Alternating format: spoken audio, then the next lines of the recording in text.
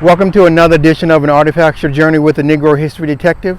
Today, we're at none other than a place that has been making a difference with social justice, civil rights, and history since 1854. Let's go on this journey and learn a little bit about Black Lives Matter in 1929. The more things change, the more they stay the same. Let's learn a little bit about Ralph Baker and William T.V. Fontaine as they were wrongly arrested and one was shot in the back in Brooklyn, New York in 1929. Nothing's more exciting to me than actually putting my foot in a historic place such as Lincoln University in Oxford, Pennsylvania.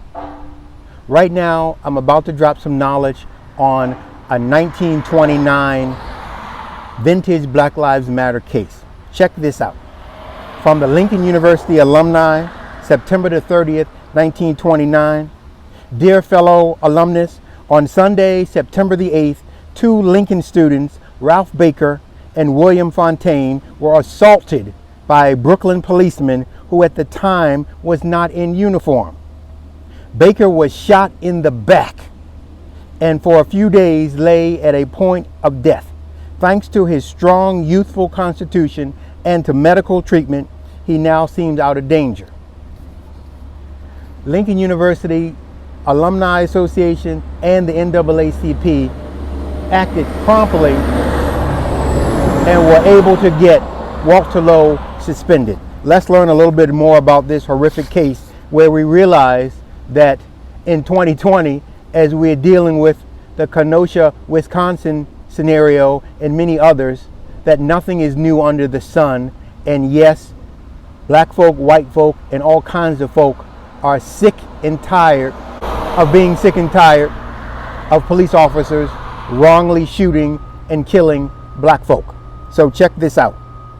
From the Afro-American, September the 21st, 1929, suspended cop shot Lincolnites. New York. Protest of the NAACP has secured the prompt suspension of Walter Lowe, L-O-W-E, white patrolman who shot Ralph Baker at the Troy Avenue, Brooklyn, New York elevated station, September the 9th. Baker is a sophomore at Lincoln University. His companion, William Fontaine, a senior, narrowly escaped. So, we'll learn more about this groundbreaking case that just reminds you once again that Lincoln University, a university up north, has been on the forefront of social justice, civil rights, and upholding ideals that made America and the rest of the world a better place. L-U, L-U, hail Lincoln, hail Lincoln. Please remember to visit Black history physically and digitally. Let me say that again for the folks in the back. Visit Black history physically and digitally. This retro Black Lives Matter case refers back to episode 21 of our podcast, An Artifactual Journey, discussing the 1929 police brutality of two Lincoln University students in Brooklyn, New York. I just want to add a few other interesting tidbits.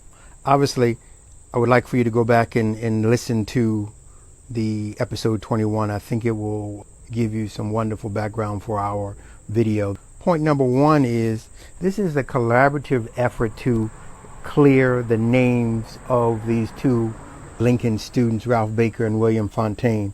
The president at Lincoln University at the time was Dr. William H. Johnson. Not only did he put up money, but he was willing to personally, physically testify on the behalf of the character of these two black students. You also have the NAACP providing advertisements in the local Brooklyn dailies asking eyewitnesses to step forward. And because of that effort, a witness, a white woman by the name of Miss Gladys Brehagen, B-R-E-H-A-G-E-N, was able to step forward and testify on behalf of the young men and their innocence. In addition, Mr. and Mrs. Thurber also testified, and that was the couple that the two young boys at the time were visiting in Brooklyn, New York, and that their home was within 3 minutes walking distance of the Troy Avenue station. Hence, their testimony, the Thurber's testimony, showed conclusively that Baker and Fontaine were not the two men with whom Walter C. Lowe had the altercation. And lastly, I want to just say this. Thank the church, and at the time the church in Brooklyn was known as the Nazarene Congregational Church, and today it's the Nazarene Congregational United Church of Christ, that held a mass meeting that was able to garner support from leading NAACP stakeholders. Again, the father, Reverend James H. Baker, the father of Ralph Baker, and Walter White, and many other people stepped forward on behalf of this collaborative effort of wrong to undo this miscarriage of justice against these two colored boys. So as I wrap this up, I just need you to understand that there's so many examples of racism that has affected the mental psyche of Black America.